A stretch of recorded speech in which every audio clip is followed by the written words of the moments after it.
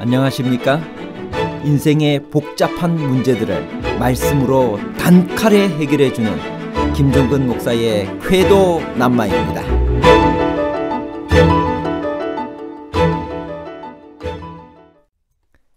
사탄은 왜 내가 만일 하나님의 아들이어든 이란 말로 예수님을 시험했나요?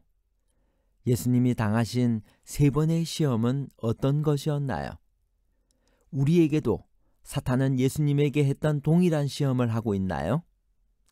사탄이 예수님을 시험하면서 인용한 시편의 말씀은 100% 그대로 인용했나요? 아니면 일부의 말씀을 누락했나요? 전부 인용과 누락에 관한 복잡한 문제를 하나님 말씀의 가르침으로 명쾌하게 해결해 드리겠습니다. 사탄이 예수님께서 행했던 첫 번째 시험은 무엇이었나요? 이것은 무엇에 대한 공격인가요? 예수님의 대답은 무엇이었나요? 마태복음 4장 3절 4절입니다. 시험하는 자가 예수께 나와서 이르되 내가 만일 하나님의 아들이거든 명하여 이 돌들로 떡덩이가 되게 하라. 예수께서 대답하여 이르시되 기록되었을 때 사람이 떡으로만 살 것이 아니요 하나님의 입으로 나오는 모든 말씀으로 살 것이라 하였느니라 하시니, 예수님이 침례 받으실 때 하늘로부터 이는 내 사랑하는 아들이요 내 기뻐하는 자라는 하나님의 음성이 울려 퍼졌습니다. 그 명백한 음성에도 불구하고 사탄은 내가 만일 하나님의 아들이라면 이라고 언급했습니다. 내가 진짜 하나님의 아들이라면 하나님이 너를 이렇게 놔둘 리가 없다는 의미였습니다. 이것은 예수님 마음에 있는 하나님의 사랑에 대해 의심을 불러일으켜 낙담과 굶주림 가운데서 자신을 위해 기적을 발휘해 스스로 문제를 해결해 보라는 시험이었습니다.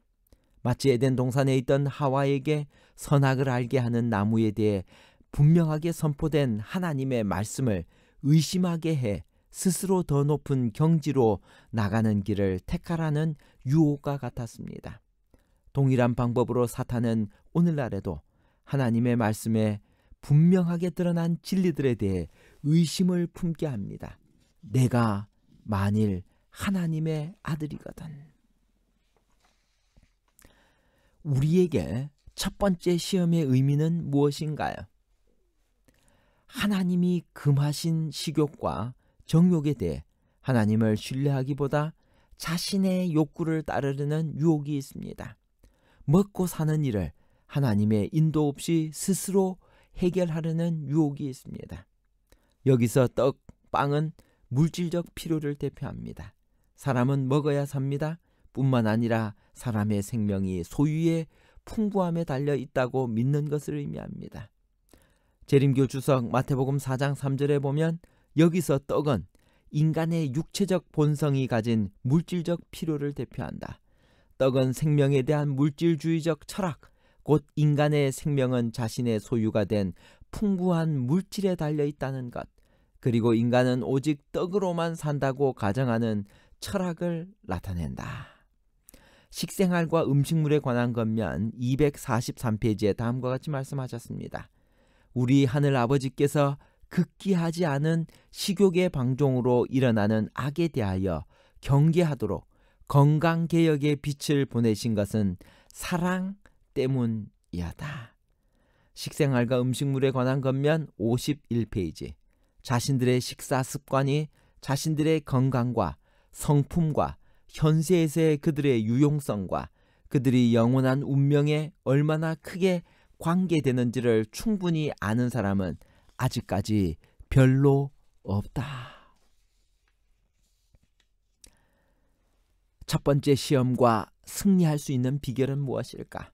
예수님이 겪으신 시험은 오늘날 우리의 삶에서 매 순간 반복되는 시험입니다. 첫째 시험은 식욕을 비롯한 각종 정욕에 대한 유혹이 밀려올 때, 먹고 사는 일로 힘들어질 때, 하나님의 인도와 보호를 의심하고 자기 힘으로 문제를 해결하는 시험입니다. 정욕에 관한 일과 먹고 사는 일로 시험이 이르러 올 때마다 우리는 하나님의 말씀으로 돌아가야 합니다. 우리가 간절히 하나님의 말씀으로 마음을 채울 때 이 시험에서 승리할 수 있습니다. 사탄이 두 번째로 예수님을 시험한 내용은 무엇인가요? 그리고 예수님은 어떻게 대답하셨나요? 마태복음 4장 5절에서 7절입니다. 이에 마귀가 예수를 거룩한 성으로 데려다가 성전 꼭대기에 세우고 이르되 내가 만일 하나님의 아들이어든 뛰어내리라. 기록되었을 때 그가 너를 위하여 그의 사자들을 명하시리니 그들이 손으로 너를 받들어 발이 돌에 부딪히지 않게 하리로다 하였느니라. 예수께서 이르시되 기록되었을 때 주 너의 하나님을 시험하지 말라 하였느니라 하시니. 사탄은 시험할 때 성경 말씀을 사용했습니다. 거짓과 오류도 99%는 진리를 닮았습니다. 그러나 1%의 치명적인 독소가 숨어 있어 사람을 파멸로 이끄는 것입니다. 사실 사탄은 시편 91편 11절에서 12절에 있는 그 말씀을 인용했습니다. 근데 그 말씀을 자세히 읽어보면 이렇습니다. 사탄이 첫 시험에서 실패하자 예수님께 두 번째 시험을 했습니다. 여기에도 첫째 시험과 같이 내가 만일 하나님의 아들이어든 이란 말이 나옵니다. 사탄은 예수님을 성전 꼭대기에 세우고 뛰어내리라고 했습니다. 그러면 하나님이 천사들을 보내 손으로 너를 받아서 발이 땅에 부딪히지 않게 하겠다고 했습니다. 이 시험에서 사탄이 원한 것은 예수님이 하나님께 보이신 절대 신뢰를 믿기로 해서 예수님께 참남된 죄를 짓도록 하는 것이었습니다. 그러면서 사탄은 시편 91편 11절에서 12절을 인용했습니다. 마태복음 4장 6절과 시편 91편 11절에서 12절을 비교해 보면 차이가 있습니다. 시편 91편 11절에 있는 내 모든 길에서 너를 지키게 하심이라는 부분이 사탄의 말에는 없습니다. 사탄이 의도적으로 뺀 것입니다. 예수님이 성전 꼭대기에서 뛰어내릴 때 천사가 탁 하고 받아서 아무데도 다치지 않는다면 어떻게 되겠나요? 예수님은 영웅이 되는 것입니다. 사람들의 박수갈채가 쏟아질 것입니다. 이 요구는 사탄이 예수님에게 자신을 과시하기 위해 하나님을 시험해 보라는 것이었습니다. 시대소망 126페이지. 하나님께서는 순종의 길을 걷는 모든 사람을 지켜주실 것이다. 그러나 그 길을 이탈하는 것은 사탄의 영역에 위험을 무릅쓰고 들어서는 것이다. 하나님은 모든 길에서 우리를 지키지 않습니다. 시편 91편 11절에서 사탄이 의도적으로 빠뜨린 내 모든 길은 사람이 원하는 모든 길이 아니라 하나님이 원하시는 모든 길입니다. 하나님은 순종의 길을 걷는 모든 사람을 지켜주십니다.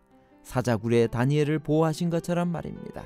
따라서 우리는 하나님이 원치 않는 길을 선택하는 것을 두려워해야 합니다.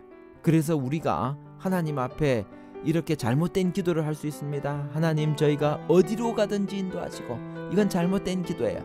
올바른 기도는 하나님, 저희가 언제나 하나님이 기뻐하시고 인정하시는 길로만 가도록 지키시고 보호해 달라고 기도해야만 하는 것입니다.